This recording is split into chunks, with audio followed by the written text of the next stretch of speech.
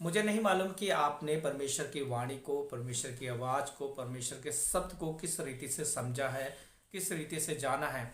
लेकिन परमेश्वर का वचन गवाही देता है, परमेश्वर का वचन प्रूव करता है कि परमेश्वर के वचन में, परमेश्वर की वाणी में, परमेश्वर के शब्दों में वो सामर्थ है कि जो कुछ नहीं में सब कुछ कर देता है।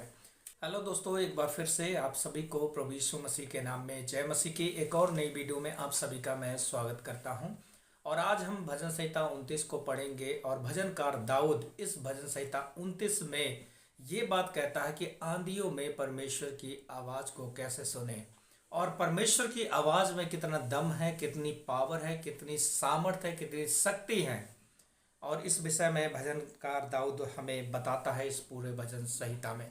मुझे नहीं मालूम कि आपने परमेश्वर की वाणी को, परमेश्वर की आवाज़ को, परमेश्वर के शब्द को किस रीति से समझा है, किस रीति से जाना है। लेकिन परमेश्वर का वचन गवाही देता है, परमेश्वर का वचन प्रूव करता है कि परमेश्वर के वचन में, परमेश्वर की वाणी में, परमेश्वर के शब्दों में वो सामर्थ है कि जो कुछ नहीं में सब कुछ कर देता है। जैसा कि भजनकार दाऊद यहाँ कहता है वचन 1 और 2 में, हे यहोवा के पुत्रों, यहोवा का, हाँ यहोवा ही का गुणवाद करो, यहोवा की महिमा और सामर्थ को सराहो, यहोवा के नाम की महिमा करो, पवित्रता से शोभायमान होकर यहोवा को दंडवत करो। भजनकार यहाँ क्या कहना चाह रहा है कि हे यहोवा के पुत्रों और पुत्रियों, यहोवा पर भरोसा करने वाले, यहोवा पर विश्वास करने वाले, यहोवा के नाम को लेने वाले, उसके पीछे चलने वाले, केवल और केवल तुम उस महान परमेश्वर की, उस यहोवा परमेश्वर की ही आराधना करो, उपासना करो, प्रार्थना करो, उसको दंडवत करो और उसकी महिमा को सराहो। और नीचे 2 वचन में लिखा है कि पवित्रता से शोभायमान होकर उस महान परमेश्वर की सामर्थ को सराहो और उसको दंडवत करो। क्यों दाऊद इस प्रकार से कह रहा है? दाऊद खुद तो उस महान परमेश्वर का, उस यहोवा परमेश्वर का विश्वास करता, उसके पीछे चलता, उसका नाम लेता, उसकी वाणी पर विश्वास करता, उसके साथ साथ उन तमाम लोगों को भी यही एडवाइस देता है, यही सलाह देता है कि तुम उसी परमेश्वर के नाम लो। और नीचे पूरी अच्छी रीति से एक्सप्लेन करता है कि वो परमेश्वर की वाणी में, उस परमेश्वर की आवाज़ में कितनी दम है, कितनी सामर्थ है। मेरे भाई और बहन, हमें समझना है, हमें उस परमेश्वर का नाम तभी ले पाएंगे, उस परमेश्वर की वाणी में, वचन में तभी भरोसा कर पाएंगे जब हमें उस पर भरोसा है, जब हमें उस पर विश्वास है, तभी हम उस पर विश्वास कर पाएंगे और उस पर भरोसा कर पाएंगे। उत्पत्ति की पुस्तक में आप देखते हैं कि जब कुछ नहीं था, सब कुछ बेडौल था, सुनसान था, अंधेरा था, लेकिन परमेश्वर की वाणी आई क्या कि उजाला हो जा, और उजाला हो गया। देख रहे हैं परमेश्वर के शब्द में, परमेश्वर की आवाज़ में, परमेश्वर की वाणी में कितनी पावर है, कितनी शक्ति है, कितना सामर्थ है। ये तो पुराने नियम की बात होगी। जब हम नए नियम में आते हैं तो आपने लाजर की कहानी को सुना है। यीशु मसीह उस 4 दिन से मरे पड़े हुए, गले हुए लाजर को आवाज़ देते हैं कि लाजर बाहर निकला, और यीशु के एक शब्द के द्वारा वो मुर्दा और वो 4 दिन से कब्र में पड़ा हुआ व्यक्ति बाहर निकल आता है। तो इन दोनों उदाहरणों के द्वारा मैं आप लोगों को क्या समझाने की कोशिश कर रहा हूं कि परमेश्वर की जो आवाज़ है, परमेश्वर के जो शब्द है, उसमें बहुत पावर है, बहुत शक्ति है, बहुत ही सामर्थ है। वहां पर भी लाजर की स्थिति चेंज हो गई, लाजर के परिवार की स्थिति चेंज हो गई, केवल और केवल यीशु के शब्द के कारण। यहाँ पर उत्पत्ति की पुस्तक में सब कुछ बनकर तैयार हो गया। आज जो ब्रह्मांड हम लोग देखते हैं, जो सृष्टि हम लोग देखते हैं, केवल और केवल परमेश्वर की आवाज़ के कारण और शब्द के कारण। जैसा कि हम बाइबल में पढ़ते हैं कि जैसा जैसा परमेश्वर कहता गया वैसा वैसा बिल्कुल एग्जैक्टली होता गया। तो हम लोगों को परमेश्वर की वाणी पर, परमेश्वर की आवाज़ पर हमें विश्वास करना चाहिए कि जो कुछ ये वचन कहता है, जो कुछ इस वचन में परमेश्वर के शब्द लिखे हैं, वो पावरफुल है, वो सामर्थ्यशाली है, वो मेरे जीवन में, हमारे जीवन में काम करने की शक्ति और सामर्थ्य रखते हैं। लेकिन कब और कैसे? केवल और केवल विश्वास के कारण। हम लोग जानते हैं कि हमने सृष्टि को देखा नहीं कैसे बनी है, लेकिन बाइबल में लिखा है और हम विश्वास करते हैं। तो आज हमें समझने की जरूरत है कि परमेश्वर के शब्द में, परमेश्वर की आवाज़ में, परमेश्वर की वाणी में पावर है। हम इस पर भरोसा करना चाहिए। और यही भजनकार वचन 3 में कहता है, यहोवा की वाणी मेघों के ऊपर सुनाई पड़ती है, प्रतापी ईश्वर गरजता है, यहोवा घने मेघों के ऊपर रहता है। क्या कह रहा है? दाऊद कह रहा है कि परमेश्वर की वाणी घने बादलों में सुनाई देती है, वो बादलों में गरजता है।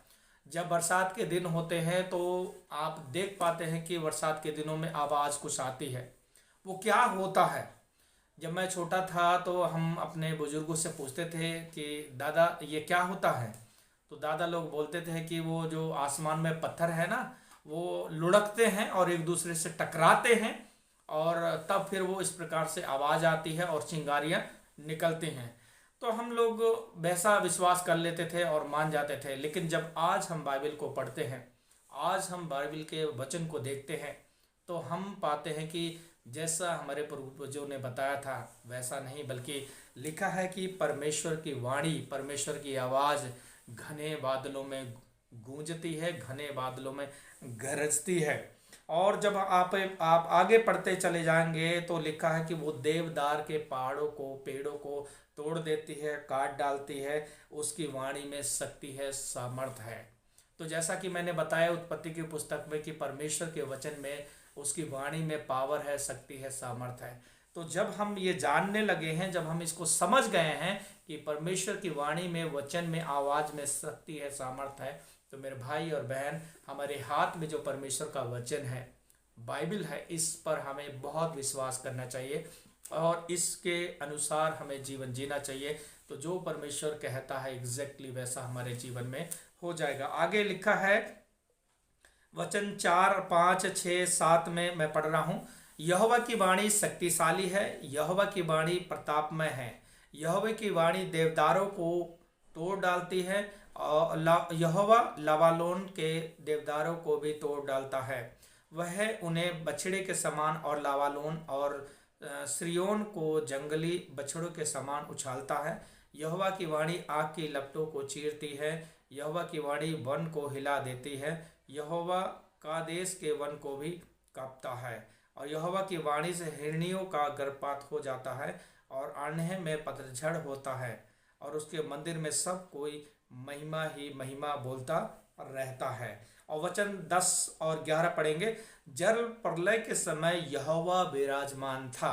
देख रहे हैं आप, जब नूह के समय में ये जल प्रलय आया था, जब बड़ी बाढ़ आई थी, तो उस समय में भी परमेश्वर विराजमान था, और यहोवा सर्वदा के लिए राजा होकर विराजमान रहता है। ना केवल वो था, और हमेशा जब तक ये दुनिया बनी है और परमेश्वर ने ठहरा के रखी, तब तक वो ही परमेश्वर बना रहेगा। और लिखा है 11 वचन में, यहोवा अपनी प्रजा को बल देगा, यहोवा अपनी प्रजा को शांति की आशीष देगा।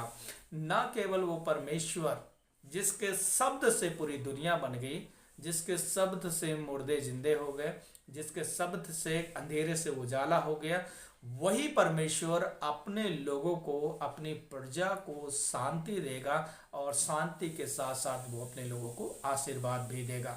तो मेरे भाई और बहन, कई बार हम इन वचनों को पढ़ते हैं, प्रभु के दास और दासियों के द्वारा सुनते हैं, और लेकिन हमारे जीवन में विपरीत परिस्थितियां रहती हैं, हालात होते हैं, तो हम बड़ा मुश्किल होता है कि इन वचनों पर विश्वास कर पाना, और जैसा परमेश्वर का वचन कहता है वैसा विश्वास कर पाना। लेकिन मैं आपको उत्साहित करना चाहूँगा कि इन आंधियों में, इन तूफानों में भी, इन चिंताओं में भी, इन फिक्रों में भी परमेश्वर के वचन को वैसा पकड़ के रखेंगे जैसा परमेश्वर का वचन कहता है, तो परमेश्वर हमारे जीवन में बड़े बड़े काम को करेगा। क्योंकि बाइबल कहती है तुम्हारा बुलाने वाला वफादार है, तुम्हारा बुलाने वाला सच्चा है, तुम्हारा बोलने वाला सच्चा है, तुम्हें सृजने वाला सच्चा है, और तुम्हें जीवन देने वाला सच्चा है। तो उन आंधियों से, उन तूफानों से, उन चिंताओं से, उन फिक्रों से, उन समस्याओं से ना डर के, बल्कि परमेश्वर की इस वाणी पर, इस वचन पर भरोसा करते हुए हमें आगे बढ़ते चले जाना है। क्योंकि प्रेरित पौलुस भी इस बात को कहता है कि हम रूप को देख कर नहीं, बल्कि विश्वास से चलने वाले लोग हैं। तो इन आंधियों में हमें क्या चाहिए? हमें चाहिए कि इस परमेश्वर के वचन को ध्यान दें, इन समस्याओं में, इन चिंताओं में उस परमेश्वर की वाणी की ओर ध्यान दे जिसने अंधेरे में उजाला कर दिया, जिस परमेश्वर ने कुछ नहीं में से, उसकी आवाज ने कुछ नहीं में से सब कुछ बना दिया। तो आज अपने आप को, भले आप कुछ नहीं समझते हैं, भले बिल्कुल अपने आप को दीन नम्र सा समझते हैं, भले अपने आप को बिल्कुल जीरो की कैटेगरी में समझते हैं, लेकिन यदि आपका फोकस, आपका ध्यान परमेश्वर के वचन, उसकी वाणी पर है, तो वो परमेश्वर जैसे अंधेरे में उजाला किया, वो आपके जीवन में भी उजाला करेगा। प्रभु इस वचन के द्वारा आप सभी को बहुतायत से आशीष दे।